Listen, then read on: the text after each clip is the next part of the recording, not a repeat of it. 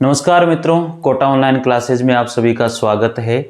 साथियों, आज नया टॉपिक है, नई बातें हैं और आप लोग भी अच्छे से पढ़ रहे होंगे। वैकेंसी सब आपके सामने है। अब कोई कोताही नहीं है, वैकेंसी कब आएगी, क्या होगा, क्या नहीं होगा, सारी चीज़ें आप लोगों के सामने आ चुकी है।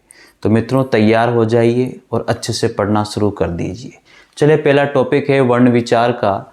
और क्वेश्चन करीबन जो है अच्छे क्वेश्चन है।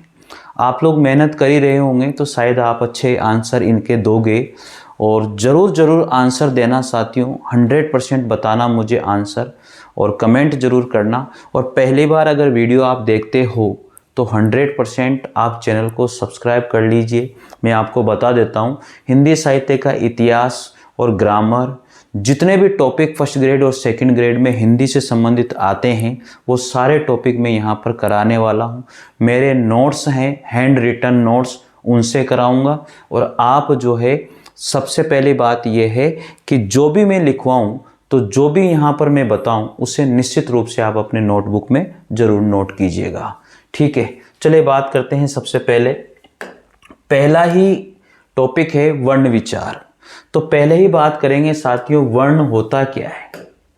वर्ण होता क्या है? वर्ण को आप सबको पता है, हम लोग अक्षर भी कहते हैं। और अक्षर का मतलब होता है जो कभी भी खत्म नहीं हो सकता, जिसका कोई नाश नहीं हो सकता। अक्षर यानी कि शर मतलब जिसका नाश कभी भी नहीं हो सकता, अर्थात जो कभी भी खत्म नहीं हो सकता, तो वो वर्ण होता है। तो इसी तरह से हम लोगों को पढ़ना है साथियों। अच्छा लगेगा आपको, मैं गारंटी के साथ दे दूं, बता दूं। चलिए बात करेंगे अगले इस पर। तो यही है पहला क्वेश्चन आप लोगों के सामने ये रहा। तो पहला प्रश्न है, भाषा की सबसे छोटी इकाई क्या होती है? जरूर आंसर दीजिएगा। भाषा की सबसे छोटी जो इकाई होती है वो क्या होती है? क्या शब्द होते हैं, व्यंजन होते हैं, स्वर होते हैं या वर्ण होते हैं? तो भाषा की जो सबसे छोटी इकाई होती है वो क्या होती है? वर्ण होती है साथियों। तो आपका आंसर क्या हो जाएगा? वर्ण हो जाएगा। तो मेरे हिसाब से आपको कोई भी समस्या इसमें नहीं आएगी। ठीक है, तो भाषा की सबसे छोटी इकाई यहाँ पर क्या निकल के आई हमारे सामने? वर्ण निकल के आई है। कर लोगे, कोई भी दिक्कत इसमें नहीं होनी चाहिए। अब यहाँ पर कुछ चीज़ें ऐसी है जिन्हें हमें ध्यान देना है और अच्छे से मैं आप लोगों को बता रहा हूँ। मेरे पास नोट्स हैं और इन नोट्स से आपको एक एक चीज़ बताऊँगा आपको। ठीक है, चलो लिखिए। सबसे पहले बात करेंगे जो वर्ण है उसके बारे में। अब वर्ण होता क्या है साथियों? तो वर्ण की परिभाषा क्या होती है? तो किसी भी भाषा की लघुतम सार्थक ध्वनियों को ही क्या कहते हैं? वर्ण कहते हैं। तो याद रखना, किसी भी भाषा की लघुतम सार्थक ध्वनियों को क्या कहते हैं मित्रों? वर्ण कहते हैं। ये पहली बात तो आपको यहां याद होनी चाहिए। एक एक प्रश्न को जो है ना जान डाल के रख दूंगा, आप लोग ध्यान दीजिएगा। एक एक प्रश्न। वर्ण क्या हो गया? किसी भी भाषा की लघुतम सार्थक ध्वनियों को ही क्या कहेंगे? वर्ण कहेंगे मित्रों। तो ये आपको यहां पर पता होना चाहिए। स्वर किसे कहते हैं? अब स्वर किसे कहते हैं? स्वर वो होते हैं जो हमेशा दूसरों का साथ देते हैं। खुद तो कॉन्फिडेंस के साथ रहते ही हैं, लेकिन दूसरों का साथ देते हैं हमेशा, अर्थात अपने आप में परिपूर्ण होते हैं। इनको किसी दूसरे की जरूरत नहीं होती है, वो स्वर होते हैं साथियों। और व्यंजनों को हमेशा स्वर की जरूरत होती है। अब आप सबको पता है कि शब्द किसे कहते हैं? तो भाषा की लघुतम जो इकाई होती है साथियों वो क्या होती है? शब्द होते हैं। यानी कि वर्णों के मेल से जो सार्थक शब्द होता है, यानी कि वर्ण जहां मिलते हैं और उनके मेल से अर्थ के साथ जो भी बनता है वो शब्द कहलाता है। इस बात का आप लोगों को ध्यान देना है साथियों। चलिए, मेरे हिसाब से ये बात आपको समझ में आ गई होगी। अगली बात करते हैं। तो अगला प्रश्न आता है आपके सामने ये वाला। तो प्रेजेंट टाइम साथियों अभी जो है हिंदी में मूलतः कितने वर्ण हैं, हिंदी में मूलतः अभी कितने वर्ण हैं, 53 वर्ण अभी कर दिए गए हैं। कितने वर्ण कर दिए गए हैं, 53। ये वाला जो ल है ना, इस तरह से एक ल जो होता है, ये वाला जो ल है वो इस तरह का ल है, तो ये भी सम्मिलित कर लिया गया है हिंदी में। तो इसको थोड़ा सा मुझे बनाना नहीं आ रहा है ये, तो आप इसको बना लीजिएगा, कोई भी दिक्कत वाली बात इसमें नहीं है। तो हिंदी में मूलतः कितने वर्ण हैं, तो अभी 53 मूल वर्णों को रखा गया है। लेकिन यहाँ पर ये मूलतः वाली बात है, मैंने अभी ये बोला हिंदी में कितने वर्ण हैं, ये तो बात कितनी हो जाएगी, 53 हो जाएगी। लेकिन हिंदी में मूलतः कितने वर्ण हैं, यही चीज समझने वाली है। तो समझो हिंदी में मूलतः कितने वर्ण हैं साथियों, तो हिंदी में जो मूल वर्ण हैं वो कितने हैं, ओनली 46 वर्ण हैं। तो याद हो जाएगा क्या, कोई भी समस्या इसमें नहीं होनी चाहिए। साथियों ये मेरे नोट्स हैं, जो हैंड रिटन नोट्स हैं। अगर किसी भी स्टूडेंट को जो फर्स्ट ग्रेड की, सेकंड ग्रेड की जो तैयारी कर रहे हैं, पीजीटी टीजीटी की तैयारी कर रहे हैं, तो इन नोट्स को पढ़ सकते हो, आप लोग मंगवा सकते हो अपने घर बैठे डाक से, स्पीड पोस्ट के माध्यम से ये आपके पास आएंगी। और बहुत प्यारे नोट्स हैं, बहुत ज़बरदस्त नोट्स है साथियों, अनेक विद्यार्थियों ने पढ़ा है और मैं ये कहूँगा कि आप भी इन्हें ज़रूर पढ़िएगा। बहुत अच्छे नोट्स है साथियों।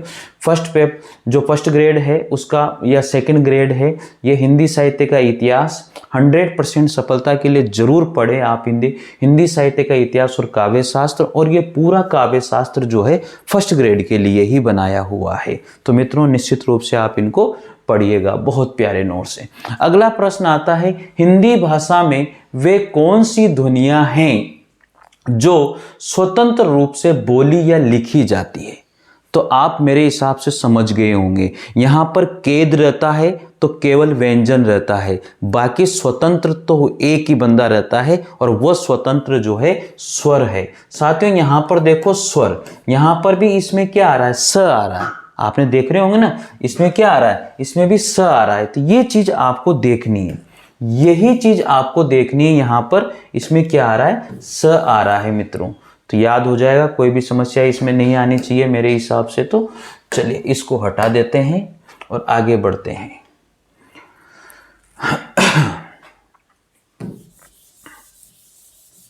ठीक है,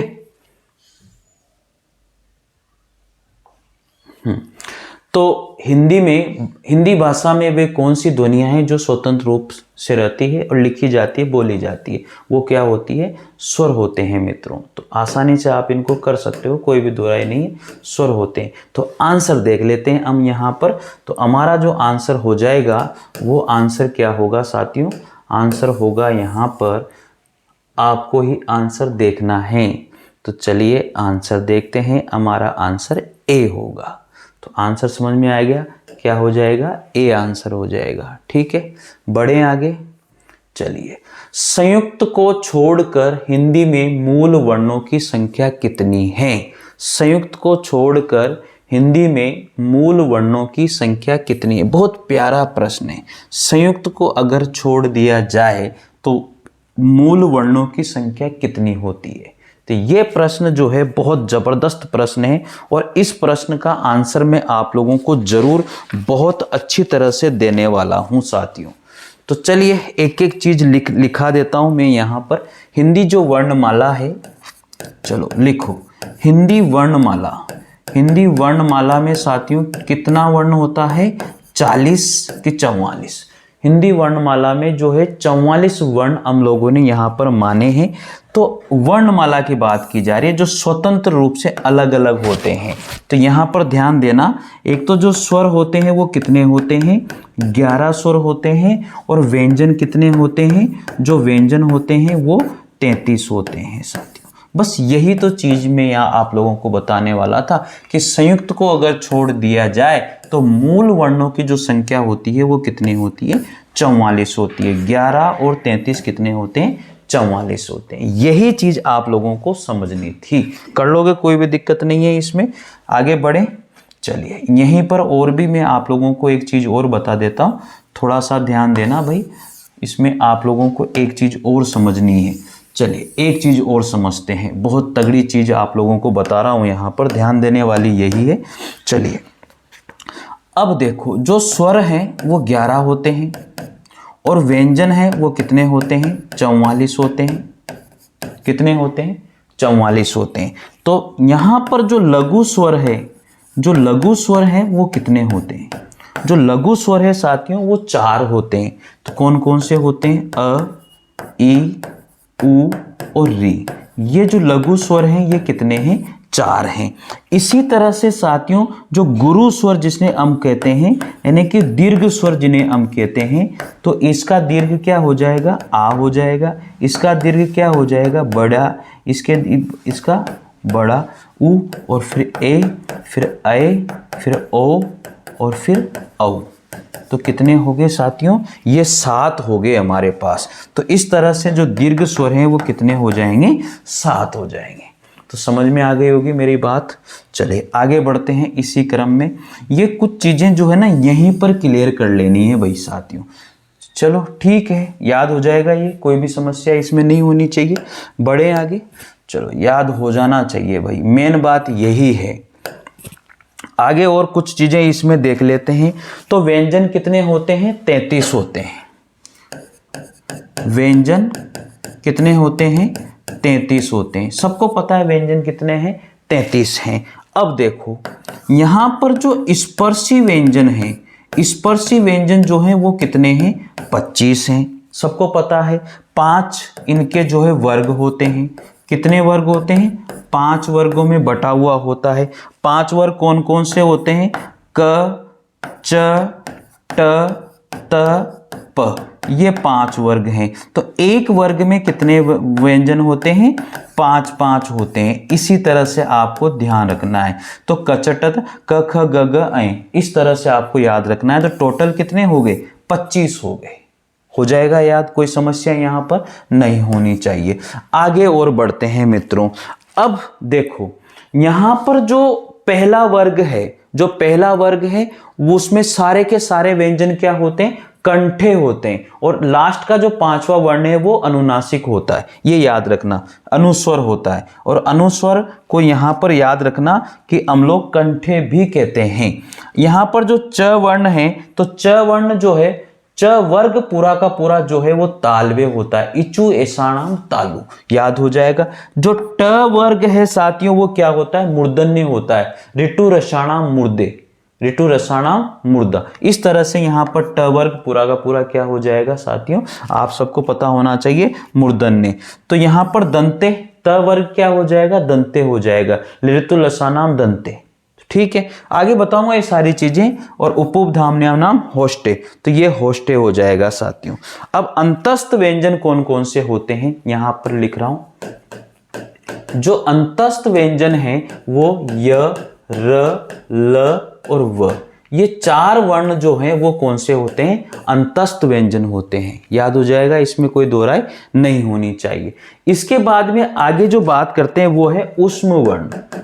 तो उष्म वर्ण कौन कौन से होते हैं? श और श, श और ह। साथ में एक बात याद रखना, इनका क्रम भी आ जाता है, कभी कभी इनका क्रम भी दे दिया जाता है, इसलिए मैं आपको बता रहा हूं। तो इनका क्रम भी आप याद करना, श, श, श और ह, इनका क्रम भी आपको पता होना चाहिए। और यही क्रम है जो आपको याद होना चाहिए। चले आगे बढ़ते हैं इसी क्रम में। अगला प्रश्न देखते हैं। मेरे हिसाब से ये सारी बातें आपको अब समझ में आ गई होगी। तो ये क्वेश्चन तो आप लोगों को सबको समझ में आ गया, आंसर इसका निकल के आ गया था। स्वर कहते हैं, अब स्वर किसे कहते हैं? बहुत आसान सा प्रश्न है। स्वर किसे कहते हैं? जिनका उच्चारण लघु और गुरु में होता है, बिल्कुल होता है। जिनका उच्चारण बिना अवरोध के अथवा विघ्न और बाधा के होता है। तो यहाँ पर तो सीधा सीधा अर्थ है, कौन सा हो जाएगा? बी हो जाएगा आंसर। आंसर भी देख लेते हैं क्या निकल के आया, बी निकल के आएगा। तो याद हो जाएगा, कोई भी दिक्कत इसमें आपको नहीं होनी चाहिए। आगे बढ़ते हैं। निम्नलिखित में से अग्र स्वर नहीं है। ये क्वेश्चन बहुत तगड़ा प्रश्न है कि निम्नलिखित में से अग्र स्वर नहीं है। बहुत सिंपल सा आंसर है, दिख रहा है वैसे भी इसमें। अग्र स्वर यानी कि ई, ए, ई, ई, ए, तो आगे से बोला जा रहा है तो इस तरह से थोड़ा सा याद कर लो। अग्रस्वर, मध्य स्वर और पश्च स्वर, ये 3 प्रकार के स्वर होते हैं। तो ठीक है, तो ई ई ए ये अग्रस्वर है, बाकी फिर मध्य स्वर आ तो मध्य स्वर यहां से बोला जा रहा है, तो आंसर देख लो फटाफट ए। तो अ ही यहां पर क्या हो जाएगा, अग्रस्वर नहीं है। तो मेरे हिसाब से कोई दिक्कत इसमें नहीं होनी चाहिए। तो अ जो है आंसर हो जाएगा हमारा कि अ क्या नहीं है, अग्रस्वर नहीं है। याद हो जाएगा, कोई समस्या इसमें नहीं होनी चाहिए। तो अग्रस्वर और मध्य स्वर सबको याद हो जाना चाहिए। तो मैं आप लोगों को यहां पर बता देता हूं अग्रस्वर कौन कौन से हैं, मध्य स्वर कौन कौन से हैं, लिख लो। तो अग्रस्वर जो है यानी कि जो भी हम बोलेंगे वो जीभ के आगे के भाग से स्पर्श टच होंगे, मतलब ये है, तो वो अग्रस्वर हो जाते हैं। तो अग्रस्वर कौन कौन से होते हैं, ई, बड़ी ई, ए और ऐ, ये अग्रस्वर होते हैं। इसके बाद में मध्य स्वर आता है। जो मध्य स्वर है साथियों वो कौन सा होता है, मध्य स्वर केवल एक ही होता है, वो है अ। ठीक है, इसके बाद में तीसरा स्वर है जिन्हें हम लोग पश्च स्वर कहते हैं। और पश्च स्वर कौन कौन से होते हैं, जो ऊ की ध्वनि लेकर के आते हैं, ऊ, ओ और औ, ये पश्च स्वर है।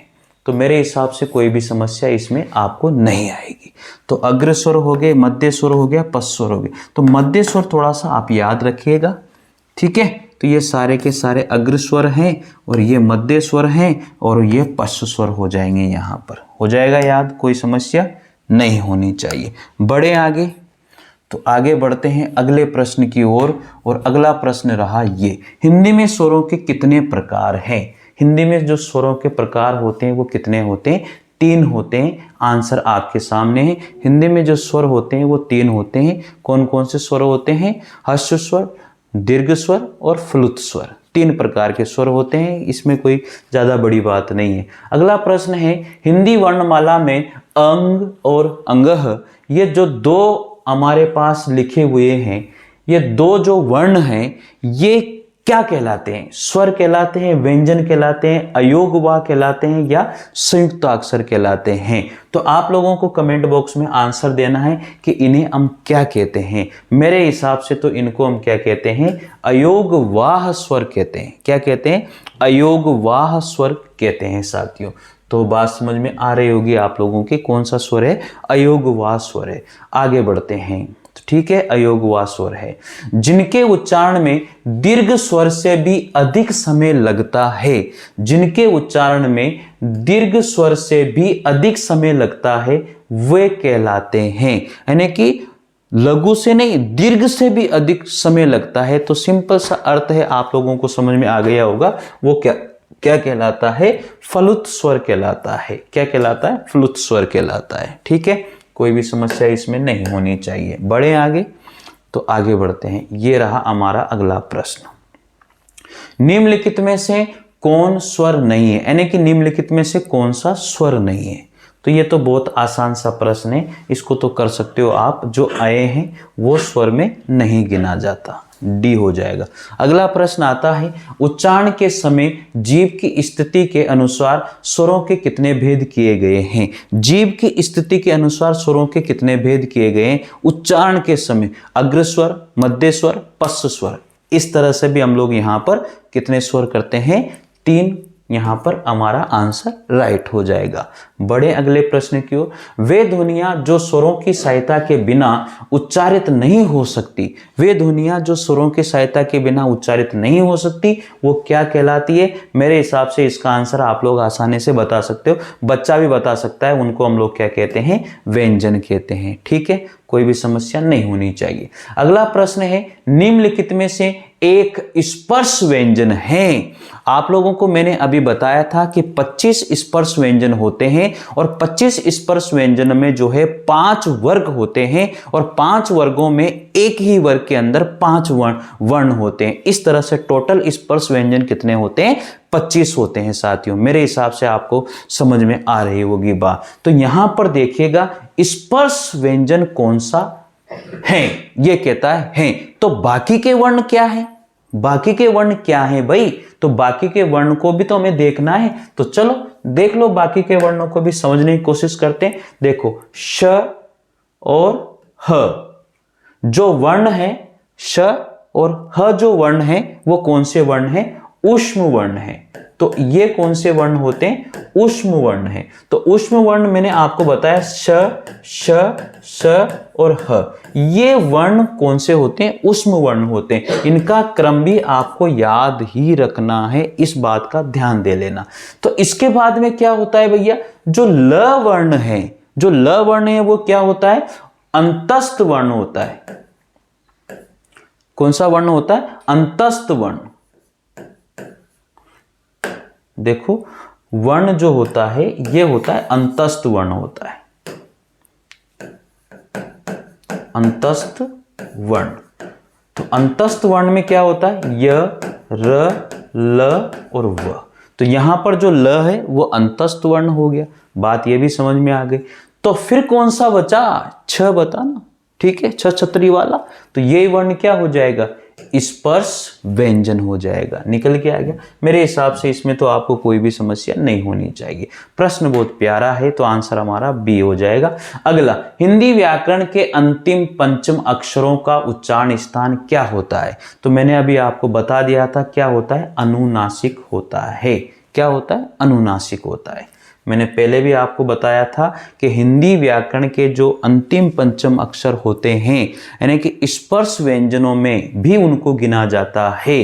तो साथियों उनका जो उच्चारण स्थान होता है वो अनुनासिक होता है। ये चीज आपको पता होनी चाहिए।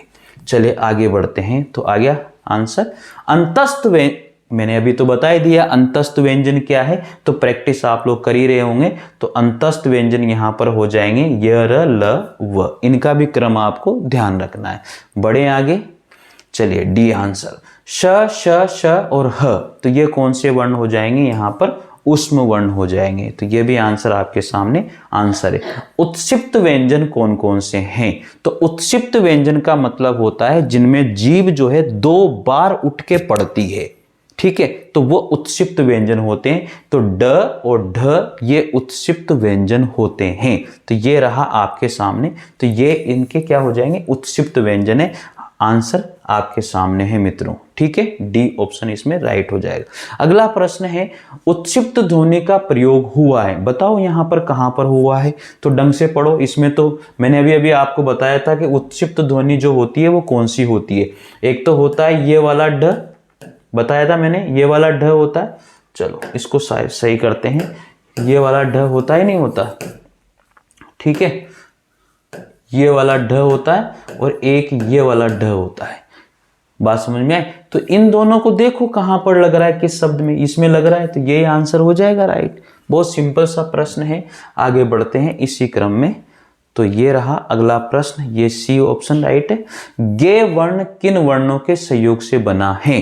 तो देखो 4 संयुक्त वर्ण होते हैं, आप सबको पता है। 4 संयुक्त वर्ण कौन कौन से होते हैं, क्षत्रज्ञ। कौन कौन से होते हैं, क्षत्रज्ञ और ये होता है अगला श्र। इस तरह से होता है। इसमें बता देता हूं अगले, इसमें देखो कौन कौन सा होता है,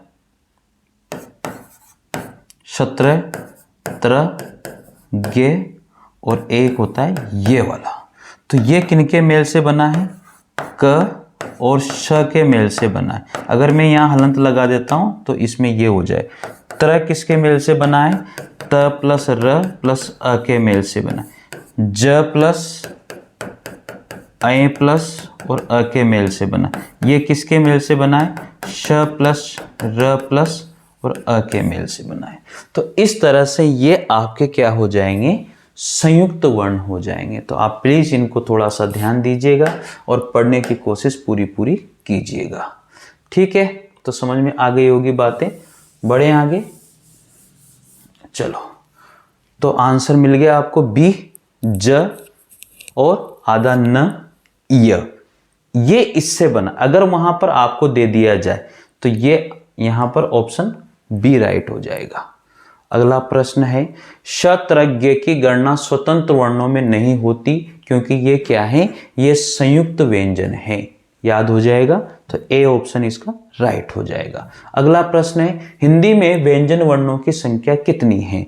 तो 100% आप सबको पता होगा 33 व्यंजन वर्ण हैं। तो सी ऑप्शन इसका राइट हो जाएगा। कंठे ध्वनियां व्यंजन कौन सी है? कंठे, अकुह विसर्जया नाम कंठे। आंसर क्या हो जाएगा? अकुह विसर्जनीय नाम कंठे। तो क्या क्या होता है इसमें, कंठे ध्वनि में क्या क्या होता है, यही चीज समझने वाली है। चलो देखो, कंठे ध्वनि में अकुह यानी कि आ भी गिना जाता है कंठे ध्वनि में, अकुह। तो और कु का मतलब होता है क वर्ग, इस कु का मतलब क्या होगा? क वर्ग होता है। तो क वर्ग में जो है 5 वर्ण आते हैं, वो भी कंठे ध्वनि में गिने जाते हैं। तो अकुह विसर्जनीय नाम यानी कि विसर्ग को भी साथियों कौन सी? अकुह विसर्जनीय नाम कंठे यानी कि विसर्ग को भी कंठे ध्वनि में गिना जाता है। तो कितने वर्ण हो गए?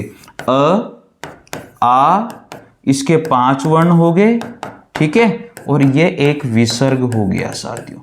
5 वर्ण में क ख ग घ ng, तो क्या हो जाएगा? क ख ग घ ng। तो ये 5 वर्ण भी जो है किसमें गिने जाएंगे? कंठे में गिने जाएंगे। तो यहां पर देख लो, ये रहा क ख ग घ। तो ये सी ऑप्शन इसका क्या हो जाएगा? राइट हो जाएगा। तो ठीक है, आंसर आप लोगों के सामने ये रहा। देखो सी ऑप्शन इसमें राइट हो जाएगा।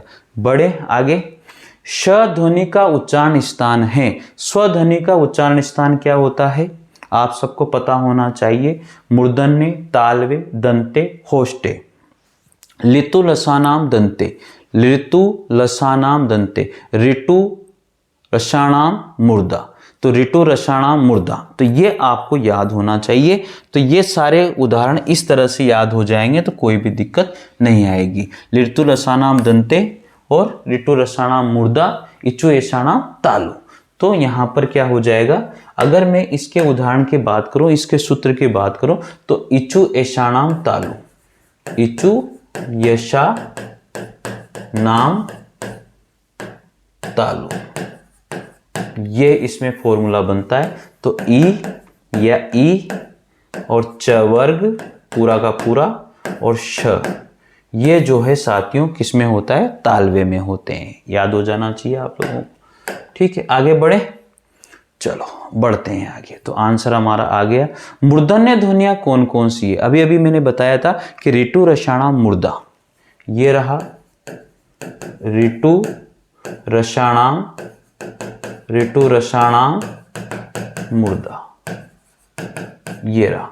तो यहां पर थोड़ा सा ये ध्यान देना आप लोग, अभी बता देता हूं मैं। चलो देखो, ऋतु रसाणाम मूर्धा, देखो एक एक चीज क्लियर करते हैं। यहां पर ऋतु रसाणाम मूर्धा किस तरह से होता है?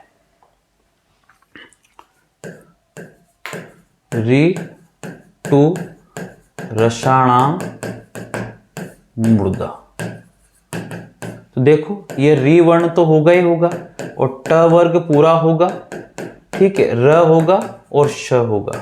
तो ये जो वर्ण हैं वो मूर्धा में आएंगे। तो देख लो वहां पर मूर्धन्य में क्या हो जाएगा? ट वर्ग आ गया, ट ठ ड ड। तो ये बी ऑप्शन इसमें राइट हो जाएगा। देखते हैं आंसर क्या आता है हमारा आंसर इसमें। तो आंसर ये रहा आपके सामने, ए ऑप्शन आ गया भैया। मूर्धन्य ध्वनि में ए ऑप्शन तो आ नहीं सकता, गलत आंसर इसने दिया है। तो बी ऑप्शन इसमें आएगा, ये आंसर नहीं होगा। ऋतु रसाणाम मूर्धा, तो ट वर्ग बी ऑप्शन राइट होगा। 100% गलत आंसर है। त थ द ध, बताओ। इच्छु ऐषाणाम तालु, ऋतु लसानाम दंते, ऋतु लसानाम दंते, ये वाला आ जाएगा इसमें, ऋतु। ठीक है, मेरे हिसाब से कर लोगे इसको, कोई दिक्कत थोड़ी है। बता देता हूं फिर भी, ऋतु लसा नाम, ऋतु लसा नाम दंते, ठीक है, ऋतु लसा नाम दंते। दंते को इस तरह लिख दो और क्या है, तो ल यानी कि ल वर्ग हो जाएगा, ल हो जाएगा, और ल के बाद में जो है त हो जाएगा, त वर्ग तू आ रहा है तो त वर्ग पूरा का पूरा हो जाएगा, फिर ल तो हो ही जाएगा, फिर स हो जाएगा इस तरह से। तो ये सारा का सारा क्या हो जाएगा साथियों, पूरा का पूरा जो है दंते के हिसाब से हो जाएगा। तो उच्चारण स्थान क्या हो जाएगा? दंते हो जाएगा। कर लोगे, कोई दिक्कत नहीं है। बढ़े आगे, आंसर देखते हैं। इसका आंसर क्या आता है? Answer B, Dante. अगला प्रश्न है, जिन व्यंजनों के उच्चारण में दोनों होठों द्वारा श्वास का अवरोध होता है वो क्या कहलाते हैं? भैया, जिन व्यंजनों के उच्चारण में दोनों होठों के द्वारा सांस का जो है अवरोध होता है, दोनों होठ जो है श्वास को रोकते हैं, वो क्या कहलाते हैं? मूर्धन्य, होष्टे, तालवे या कंठे? क्या कहलाते हैं वो? होष्टे कहलाते हैं। यानी कि रुकता है, रुक करके बोला जाता है, तो होष्टे कहलाएंगे। बहुत सिंपल सी बात है। आगे बढ़ो। यदि नीचे का होठ पूरी तरह काट दिया जाए, ढंग से पढ़ना, यदि नीचे का होठ पूरी तरह काट दिया जाए तो किस ध्वनि के उच्चारण में कठिनाई होगी? भैया बोल के देखना पड़ेगा यार, ये तो प्रश्न ही अजीब। तो इस तरह के प्रश्न में पूछ लिए जाते हैं कि नीचे का होठ काट दिया जाए तो किस ध्वनि के उच्चारण में कठिनाई होगी? ल, ब, हाँ ब की होगी। बहुत सिंपल आंसर है। देखो, क्योंकि नीचे का होठ तो हिलेगा तो है ही नहीं, तो ब कैसे बोलोगे? ठीक है, ग ख बोल सक रहे हो आप लोग, तो ब नहीं बोल पाएंगे। तो ये थोड़ा बोल के देखने वाली बात है। व व्यंजन का उच्चारण स्थान क्या होता है? वकारस से होष्ट, तो वकारस से दंत होष्ट। तो यहां पर क्या हो जाएगा? अगला आंसर दंत होष्ट। वकारस से दंत होष्ट सिंपल है, एक ही वर्ण होता है इसके अंतर। ठीक है, आगे बात करेंगे। वतश्चर्य व्यंजन कौन सा है? तो यहां पर जो वतश्चर्य व्यंजन है वो ए नहीं है, न नहीं है साथियों, यहां पर स हो जाएगा और न भी हो जाएगा। लेकिन स मैं इसलिए नहीं बोल रहा हूं क्योंकि जो ये न है ना, इस पे हलंत लग रहा है, तो ये वाला ऑप्शन हम लोग इसमें राइट मानेंगे। ठीक है, कर लोगे, कोई दिक्कत नहीं है। स्वर रहित र का प्रयोग हुआ है, तो स्वर रहित र का प्रयोग यहां पर कहां पर हुआ है? स्वर रहित तो पुनः निर्माण में हुआ है, बी ऑप्शन राइट हो जाए। क्योंकि यहाँ जो ट्रक है ना, इसमें जो ये नीचे र लग रहा है ये पूरा है जबकि ट आधा है। ये चीज आपको यहाँ पर ध्यान देनी है। अगला प्रश्न आता है, देखो बहुत सिंपल से प्रश्न आ रहे हैं भैया, मजे आ रहे हैं, ये देख लो आप लोग। निम्न में से अल्प प्राण वर्ण कौन सा है? अल्प प्राण क्या होते हैं? जहां पर 1, 3, 5, जहां पर जो वर्ण होते हैं वो 1, 3, 5 होते हैं, वो अल्प प्राण होते हैं, और 2 और 4 होते हैं वो महाप्राण होते हैं, ऐसा सुनने में आता है।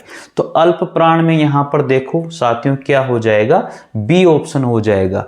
तो 1, 3 और 5 ये पहला है और ये दूसरा है, सॉरी तीसरा है। तो 1, 3, 5 जो वर्ण होते हैं वर्ग में वो सारे के सारे अल्प प्राण होते हैं। कर लोगे, कोई दिक्कत नहीं होनी चाहिए। निम्नलिखित में से कौन सी बात गलत है? जो द है वो सगोष महाप्राण और दंते हैं, ब जो है वो सगोष होष्टे महाप्राण है, च जो है अघोष तालवे अल्प प्राण है, ख जो है कंठे महाप्राण अघोष है। इसका आंसर आप लोगों को देना है, इसका आंसर मैं नहीं बताऊंगा, चले जल्दी बता देता हूं। ठीक है, इसका आंसर आप लोग दोगे भैया, जो मैंने पिछला क्वेश्चन लिखा है उसका आंसर आप लोग दोगे। ये बात करते हैं इस प्रश्न की। जिनके उच्चारण में स्वर तंत्रियों में कंपन न हो, भाई घोष में तो स्वर तंत्रियों में कंपन होता है, तो अघोष में स्वर तंत्रियों में कंपन नहीं होगा। बहुत सिंपल सी बात है। ठीक है, कर लोगे, कोई दिक्कत नहीं है। तो अघोष इसमें आंसर हमारा हो जाएगा। बहुत सिंपल क्वेश्चन है। प्रसन्नता में कौन सी ध्वनि है? तो प्रसन्नता में जो मुझे ध्वनि लग रही है ना, वो लग रही है संयुक्त ध्वनि या युग्मक ध्वनि। मुझे तो युग्मक ध्वनि लग रही है भैया, बिल्कुल ये रही यहां पर युग्मक ध्वनि। एक के साथ डबल वर्ण आते हैं तो वो युग्मक ध्वनि कहलाती है, निम्न में से महाप्राण ध्वनि नहीं है। तो महाप्राण क, ख, ज और य, इन दोनों में, इन चारों में से महाप्राण ध्वनि कौन सी नहीं है? क नहीं है। कर लोगे, कोई दिक्कत नहीं है। अगला प्रश्न आता है, अघोष वर्ण कौन सा है? अ, ज, ह और श, इन चारों में से अघोष वर्ण कौन सा है? अघोष वर्ण है ये, यानी कि अ जो है यहाँ पर अघोष वर्ण होगा। अगला प्रश्न है संबल में कौन सी ध्वनि है? संबल में यहाँ पर संयुक्त ध्वनि है, संपृक्त ध्वनि है या युग्मक ध्वनि है? तो यहाँ पर हो जाएगा संपृक्त ध्वनि हो जाएगी, याद रखना इस प्रश्न को। अधोलिखित शब्द का कौन सा रूप वर्तनी की दृष्टि से शुद्ध है? परमात्मा बहुत सिंपल सा है ये तो हो जाएगा आराम से, कोई भी दिक्कत नहीं है। शुद्ध वर्तनी वाला शब्द इसमें कौन सा हो जाएगा? सी हो जाएगा, घनिष्ठ। अगला प्रश्न होता है आशीर्वाद का, तो आप बता ही सकते हो शुद्ध वर्तनी वाला, यहाँ पर डी ऑप्शन राइट हो जाएगा। तो ये तो आसानी से आप कर सकते हो, कोई दिक्कत इसमें नहीं होगी। निम्नलिखित में से कौन सा मूल दीर्घ स्वर नहीं है? मूल दीर्घ स्वर नहीं है, बताओ आप इसमें से मूल दीर्घ स्वर कौन सा नहीं है? मेरे को तो सारे लग रहे हैं भैया, ठीक है। डी, ओ नहीं है क्या? मुझे तो सारे दीर्घ स्वर लग रहे हैं, तो ये क्वेश्चन गलत है, आप इस पे ध्यान मत देना, सारे दीर्घ स्वर है। हिंदी में ध्वनियाँ कितने प्रकार की होती हैं? ये इसमें तो ऑप्शन ही गलत दे दिए इसने। चलो आगे बात करते हैं। मात्रा के आधार पर स्वर कितने प्रकार के होते हैं? तो मात्रा के आधार पर जो स्वर होते हैं वो दीर्घ स्वर और ह्रस्व स्वर, ठीक है, कोई दिक्कत नहीं है। तो 3 प्रकार के फ्लुत स्वर भी होते हैं, सॉरी 3 प्रकार के होते हैं मात्रा के आधार पर, तो 3 प्रकार के ही आपको ध्यान रखने हैं, ठीक है। आगे जिव्या के मात्रा का मतलब होता है समय, मात्रा का मतलब यहाँ क्या होगा? समय होगा, याद रखना, जिसमें जितना समय लगता है। जिव्या के आधार पर स्वर कितने प्रकार के होते हैं? अग्र स्वर, पश्च स्वर और मध्य स्वर, ये आपको 100% पता होगा। तो यहाँ पर बी ऑप्शन आपका क्या हो जाएगा? राइट हो जाएगा। आगे देखते हैं एक से अधिक वर्णों के मेल को क्या कहते हैं? तो एक से अधिक वर्णों के जो मेल है उनको हम लोग क्या कहते हैं साथियों? व्यंजन कहते हैं, ठीक है, समझ में आ रही होगी, क्योंकि व्यंजन में 2 वर्ण मिलते हैं। ई, च, छ, ज, ऐ आदि का उच्चारण किससे होता है? इच्चु ऐसा नाम तालु, तो किससे होता है? इच्चु ऐसा नाम तालु यानी कि तालवे से होता है। सी वर्ण इसमें हमारा आंसर राइट हो जाएगा, सी ऑप्शन राइट हो जाएगा। अगला प्रश्न है जिनका उच्चारण स्वतंत्रता से होता है और जो व्यंजन के उच्चारण में सहायक होते हैं उसे क्या कहते हैं? आप सबको पता है, उसे हम लोग क्या कहते हैं? स्वर कहते हैं। आंसर हमारा ये रहा सामने, तो आंसर आपके सामने है भैया बी, स्वर कहते हैं, 100% क्लियर है। निम्न में से दीर्घ स्वर नहीं है, ई, ए, तो कौन सा नहीं है? सबको पता है, कर लोगे, कोई दिक्कत नहीं, आंसर ही दिया हुआ है। निम्न में से अंतस्थ व्यंजन कौन सा है? तो बताओ अंतस्थ व्यंजन, य, लव, 4 अंतस्थ व्यंजन हैं, तो यहां पर कौन सा आ रहा है? य, लव, तो ये कह रहा है तो वही आ रहा है भैया, तो आंसर हो जाएगा सी। अगला प्रश्न है निम्न में से अल्प प्राण व्यंजन कौन सा है? तो अल्प प्राण व्यंजन, महाप्राण व्यंजन एक बार जरूर पढ़ लीजिएगा, तो इसमें आंसर हो जाएगा बी, यानी कि ग जो है अल्प प्राण व्यंजन है। मैंने आपको बता भी दिया था 1, 3 जो 5 वर्ग में जो 1, 3, 5 जो वर्ण होते हैं वो सारे के सारे अल्प प्राण होते हैं, और 2 और 4 वर्ग में जो वर्ण होते हैं वो सारे के सारे महाप्राण होते हैं, ठीक है। तो ये सारी बातें आपको समझ में आ गई होगी, तो मेरे हिसाब से कोई भी दिक्कत आपको नहीं होनी चाहिए, ठीक है। तो पहले मैंने आपको क्या पढ़ाया? पहले मैंने आपको पूरा वर्ण विचार पढ़ाया, उसके बाद में ये क्वेश्चन आपको पढ़ाए हैं। तो पहले पूरा वर्ण विचार टॉपिक पढ़े, फिर इन क्वेश्चनों को करें, 100% आपका बढ़िया हो जाएगा टॉपिक, कोई समस्या नहीं होगी। तो मिलते हैं साथियों अगले वीडियो में, तब तक के लिए जय हिंद जय भारत। कैसा लगा आप लोगों को ये टेस्ट? मज़ा आया तो ज़रूर बताइएगा, और नहीं आया तो और क्या करना चाहिए वो भी आप लोग बताइएगा, ठीक है साथियों। जय हिंद जय भारत, थैंक यू।